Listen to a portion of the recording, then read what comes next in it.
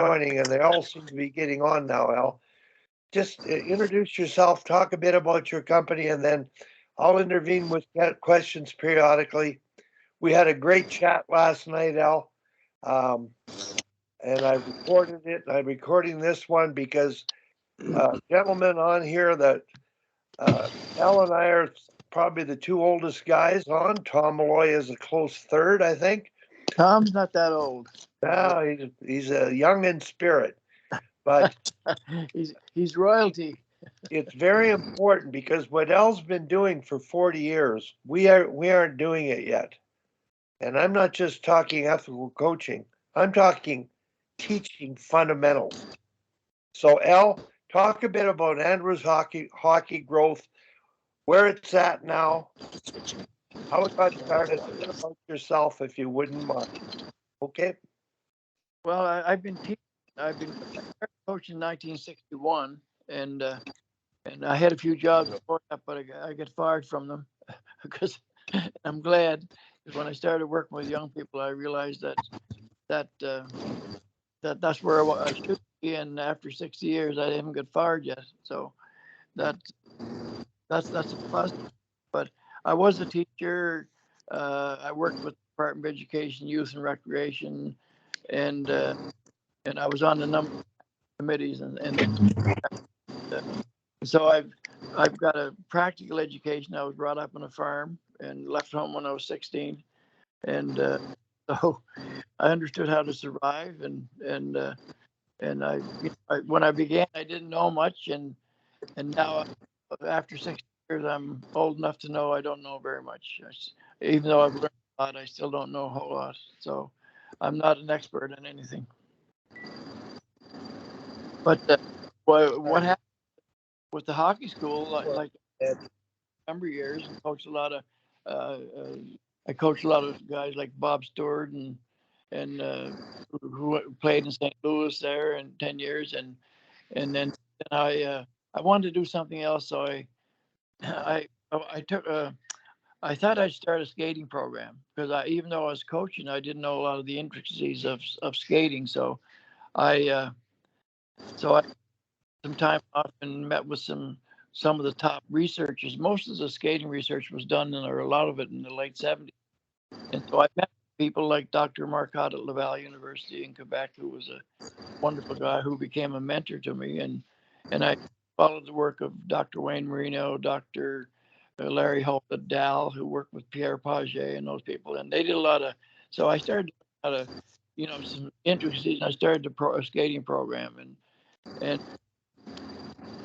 short of start a hockey school, I just wanted to research. Was 30 kids for 3 years, and ended up the second year had another group, so they were there for 2 years, and people started seeing an interest, a real improvement in the kids that went, and self advertised, and it started to become a hockey school. And I offered it to the provincial body, Hockey PEI, but they didn't want it. They didn't see fit to take it. So anyway, we did it anyway, and now we'll work with 2,000 kids in the summer, and from all over the world, and we have a great spring program, and I've started to develop a certain approach to develop young people. So that was sort of related to what I did with participation, youth and recreation. Yeah, talk about the youth and recreation, and I've gotten to know Al when I was at Hockey Canada with the women's team in the Team Canada. I got to know Al years ago. I was asked by the Canadian Amateur Hockey Association to do a skating clinic. And, I wasn't an expert, but having a phys ed degree and taking all those certification courses from our day, I was about as good as you could get in Canada, because nobody had really privatized skill development at that time. I was looking for some information. I came upon a VHS produced by Al. He said it was in 1986. And it was a short video, 3 elements: forward stride, backward stride, and crossovers. I, when I did the presentation to high performance coaches, blown away because of the simplicity and the teaching elements that are required to get a right start. And that I paid tribute to it. Al got back to me with a thank you. And ever since then, we've stayed in close touch with each other. And because of Kathy Campbell, who went to his school, as did a lot of other famous people that you all know, Sidney Crosby, Nathan McKinnon, they all went there as kids and learned how to do things properly from the get go. I got to know Al really well, have been out a few times to attend his camps and his just to see the big picture of things, and it's amazing. The arenas are filled for the 8 weeks of the summer. He runs programs all year, and it may be more impressive than his hockey work, which is still, bar none, fundamentally the soundest in the world. He does leadership work with young people that we haven't even thought about, and old people are trying to do it. Got kids under 9 doing things that we haven't imagined, and I'm sure we're going to get to talk about that. But business now, your son, and I know Brad McKenzie working for you, who's been on our Sharks, have taken it over. The business appears to be as strong as ever and growing, and you, like me, are just trying to stay in the game and make a difference. So I'm going to ask you a question, Al. Um, you did some things, and we all did things in our lifetime that sort of affected us personally. And one of the things you'd mentioned to me is got involved in some pretty good programs. One of them was a peer teaching program you created. Well, Wally, when I was with the Department of Education, my job was youth work, youth development, and leadership training, and all those kinds of things. And I went to Texas. They developed a program down there, a peer education program. It was on alcohol and drugs, but the concepts were different. And the guy that did his thesis on it uh, came up with the results that more learning takes place in the peer model and in the lecture technique. So I asked my deputy minister if I could go, and he didn't pay my way, but he gave me a couple of days off, and I played the guitar. So I led the sing songs at this youth rally, and then met with the people that developed that program and brought it to our province and integrated it in the school system. It went also in Nova Scotia, and it was in the school system for 30 years, where grade the senior high school students taught modules to junior high level, and on decision training and values clarification and all those kinds of things that kids don't get in the school system. Didn't then and still don't. So in many cases. So they replaced it after 30 years with a program on bullying, but I think they should have kept it in, but I'm out of that picture anyway. So when I developed our hockey school, I used that method. We have we have demonstrators who come through our program, and they're from 8 to 12 or 13, and they demonstrate and they learn to teach very young, and they move on to junior instructors and senior instructors and counselor instructors, and many of them are coaching all over the world now because of our off ice program, because we have a two-pronged approach, off ice training and on ice training. And I'd like to maybe mention some what we do off ice. We have a reading program, and we have a classroom uh, with quotes from kids, and I'll read a couple of those to you. We teach them to dream, and we teach them to dream big, because it doesn't cost any more to dream big than dream small. And we teach them to have a dream after the dream. So when they reach their first dream, all the things they've learned on the way up are pertinent to life after, mostly hockey. Kids will say NHL, or girls will say national team or Olympic team and all that stuff. So we teach them all kinds of stuff that'll help them get there. Because as Dennis Waitley, I think it was Dennis Waitley that said, you can't travel without first traveling within. And so if they know it on the inside, they can learn it on the outside. But to put them on the ice and have not know what they're doing and the reason for it and all those things can be pretty frustrating for the people as coaches and teachers and all those kinds of things. So the reading program is amazing.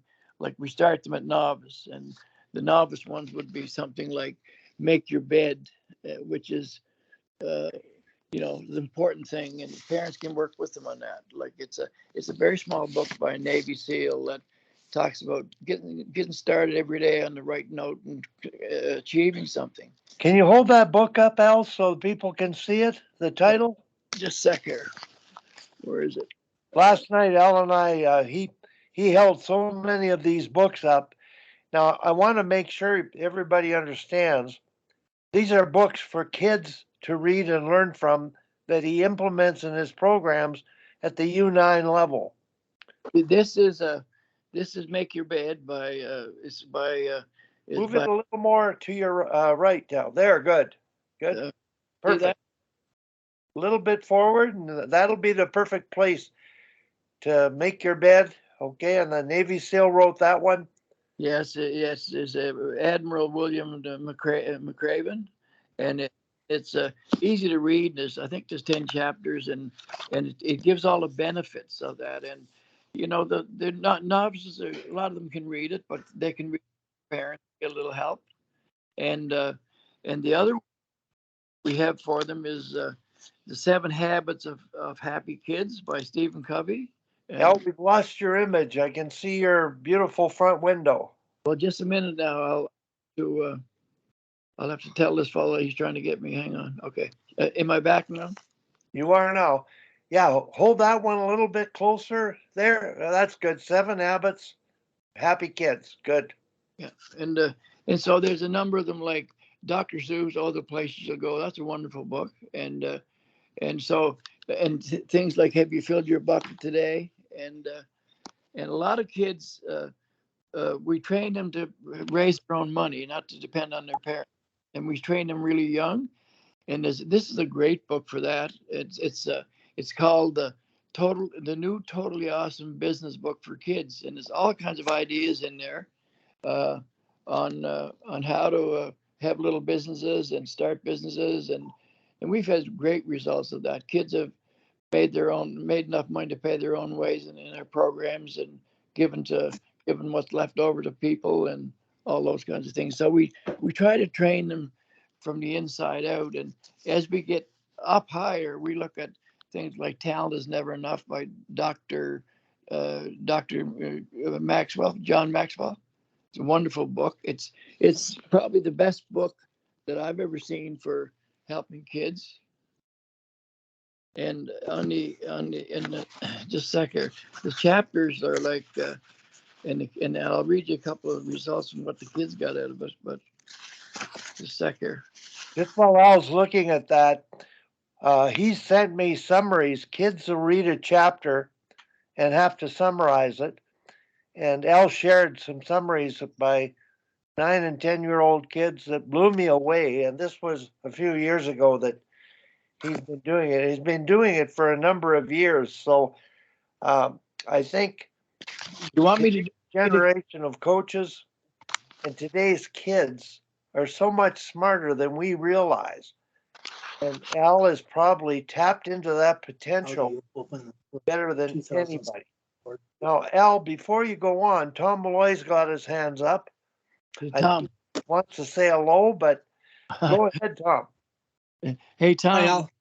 Tom, look, you're an amazing person, and I don't know of anybody else that works like you and in your way and gets we benefit from it down here in Atlantic Canada because a lot of people are following. You get the benefit of your work, so I appreciate you. That's good to hear. It's good to see you. Listen, my daughter's car is frozen, and she's in this program that she has to go to. So it's about a half-hour drive. So I'll try to listen on my phone in the car. My phone went dead on me here. Well, Okay, so it's so nice to even see you, Tom. I've learned a lot from you. well, it's great seeing you. Also, I think I'll be able to pick it up in my phone on my phone in the car. Oh, if you But don't, don't worry about it. I'll record it. You'll get it, Tom. So, okay. Take okay, care. so you guys take care. So just give me a minute there, Wally. I want to read a few of those things now. Just like the Talent is Never Enough book has a bunch of chapters like belief lifts your talent, passion that energize your talents, initiative activate your talent. So all those good things that we want in our children are covered. And one kid, he was 10 years old at the time because we usually use that in our Adam program. He said he looked at he wrote on this chapter, he said developing talent without developing character is a dead end. Character is a sum total of all your everyday choices. If you want your talent to take you far, you need to protect your integrity. All the skills in the world won't help someone whose character is hopelessly flawed. Character protects your talent and guards you from regret. And that's a 10-year-old. And those are John Maxwell's words, but and that was a summation of the chapter. And the other kids is there's a couple here that I read this morning. I have a bunch of them, but it said in chapter 10 of Talent is Never Enough, Maxwell talks about character and how character protects your talent from overcoming you. Maxwell also states that talented people usually take shortcuts, and character makes that prevents them from happening. From happening, and that character gives us a sense of identity, and just another person. But I'll read one more. Uh, if you cut corners, this is the biggest threat to your talents. If your character and morals are good, this will protect you. Knowing the difference between right and wrong leads you in the right direction. Don't hang around with the wrong guys. Don't drink or do drugs. And there's one here. This guy's playing with Saint FX now. In this chapter, I learned that if you put things off, you might never get them done. And you should always do things today because you don't know about tomorrow. My long-term goal is playing the NHL. Before I can do that, I have to focus on today, focus on my education, practicing hockey, and doing my best for the hockey team. So today I made sure I went to school, got my homework done, and now I'm focusing on the big game tonight against Tignish. I'm going to try to focus on today because that will help me get to where I want to be in the future. So those are the kinds of evaluation reports the kids after each chapter. They're required to send that in to. We usually pick a teacher on the team who collates them. So the personal development is so important because when they're on the ice, if they don't understand what they're doing, then they're not. It's going to be frustrating for everybody. Al, the leadership is a strong part, but another technique you've used, and for everybody here, I think I've mentioned before, he has those young people Google words like triangulation. Yeah, I'll cover that when I get on the ice, Wally. I'm just going to the ice pretty soon. Go ahead, Al, talk about that. Well, when I take a novice team, I'm trying to educate them, and first of all, the kids usually know what they're going to do before they get there. They're not going to go on the ice and have me stand around and wasting time talking to them because the breaks they're going to not you. We don't use lines. We keep them going. We have drills that go all the time, and it also the program also works with what we're trying to teach them. For instance, in the novice, I asked them, and I can ask this off the ice. One time I told a bunch of novices, and they were 7 years old. What was or 7 and 8? What we were going to teach and stuff. And one little guy said, "What are we building here anyway?" And he got it. So anyway, I give them a word like triangulation. And what's that mean? So go home and Google it, come back tomorrow and tell me what it means. So they go home and they talk to their parents or they get on whatever and they figure it out and come back and they talk about, okay, it means in triangles. And so how do you think that relates to our game? And the smart kids get it, and the rest of them listen to their, and now teaching each other. And so they understand what it is. And then we have drills that show triangulation and how it fits in the game, or what's rotation. Well, that's a big word. And they go home. I said they Googled it and come back, and they said changing places. They understand that. Now they start to understand concepts, which their brain is. Somebody said, well, don't teach that till they're 16. Kids at 7 years old know more than kids at 15 years old, like 50 years ago. And they're ready to learn that stuff. They're so good on computers and everything. So, and then I think and sync. What's that mean? Well, they're not sure. I said, sync. What do you think it means? And they come up with, well, they go home and and Google it or talk to their parents, and it's synchronization. It means working together. I said, exactly. So you're thinking together and you're working together. So now they know 3 concepts that we can build and have all of our on ice activities coordinate with that. Now they're thinking, they understand what they're doing, and they got an idea of how that works. I'm going to have to just tell this online. I'll call him back. Sec. Dan, Al's been talking, and when you come on, Dan, um, I'm going to ask you to introduce yourself to Al, but the stuff he's talking about, it's a big reason I wanted him on, is he's doing things we should be doing sooner than later. He's been doing it for a long time. So, Al, before you get back on, I hope we remember the train of thought. I want to introduce Dan Arell. Dan, would you introduce yourself, please, to the Sharks and to Allan Andrews? Sure, I'd be happy to. In here, I have a second. I can come off camera here if I can remember how. There we go. Dropping my son off at school this morning, so.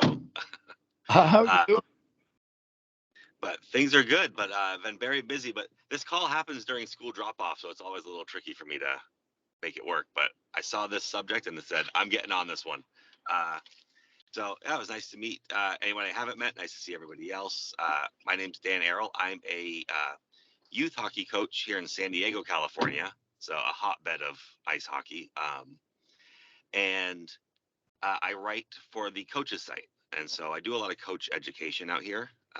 That's one of the main roles I play with the Oilers program that I coach with, is I help with onboarding our new coaches, but also keeping our more veteran coaches up to date on the changes and what's happening in hockey, so they don't get too stuck in their ways. And, we still have a little resistance to ADM at some levels. And so we bring that in and make sure they really see those benefits. Not to get too long, but I actually helped take over a high school coaching practice the other day and brought in stations, and every kid came off and said that was the best practice we've had all year. And now the coaches bring in stations regularly. That's like so much ice being used now rather than being wasted waiting in line. And so that's what I'm doing out here, and always trying to absorb from everyone I can and bring back more knowledge. Yeah, well, congratulations on what you're doing, and I really appreciate that. I think that thing I probably should have started with is caring for kids or caring for the people you're working with is a building plank of, well, caring is a building plank of any success program. And if you don't care for people, it's probably better to do something else, because I just read a quote here by an industrialist, Charles Schwab. It says, I've yet to find a man, however exalted in his station, who did not do better work and put forth a greater effort under a spirit of approval than under a spirit of criticism. And there's so much of that going on, like people criticizing young people, and effort is what you praise, and you can find something good to say about them. But when you like them, they know that, and they'll, because young people and after 60 years working with young people, I know for sure that they will rise to the level of the expectations of the people they admire. And if if you can develop that relationship with them and really realize they're people. And I don't look down on kids. I look up to them because I've learned probably a large percentage of what I know from them, and over the years of teaching and working with youth and all the other things that I got involved in. So that's important, and that's a building plank of being successful in anything, but caring for people. And I get all kinds of feedback on a kid will send me something. I had a call from a boy I coached phys ed, or I worked with a phys ed teacher 58 years ago, and he thanked me out of the blue. I get this call, and I get a lot of that, but mostly it's because I just am nice to people. I don't, and people will go to you when they know that you care about them, and I'm no big hero. It's just that I like doing what I'm doing, and I get pretty excited when I'm working with young people, and the people that we work with, and some are large, they're in professional hockey and playing NHL. Some are doctors and lawyers, and over our program, this particular hockey program was started in 1979. And of course, we've had a lot of alumni, and they bring their kids now. Second generation are bringing their kids, and I'm sure in some cases third generation, but they come for the hockey, but they also come for what they learn off the ice, and that's a part that's not always included in a coaching program.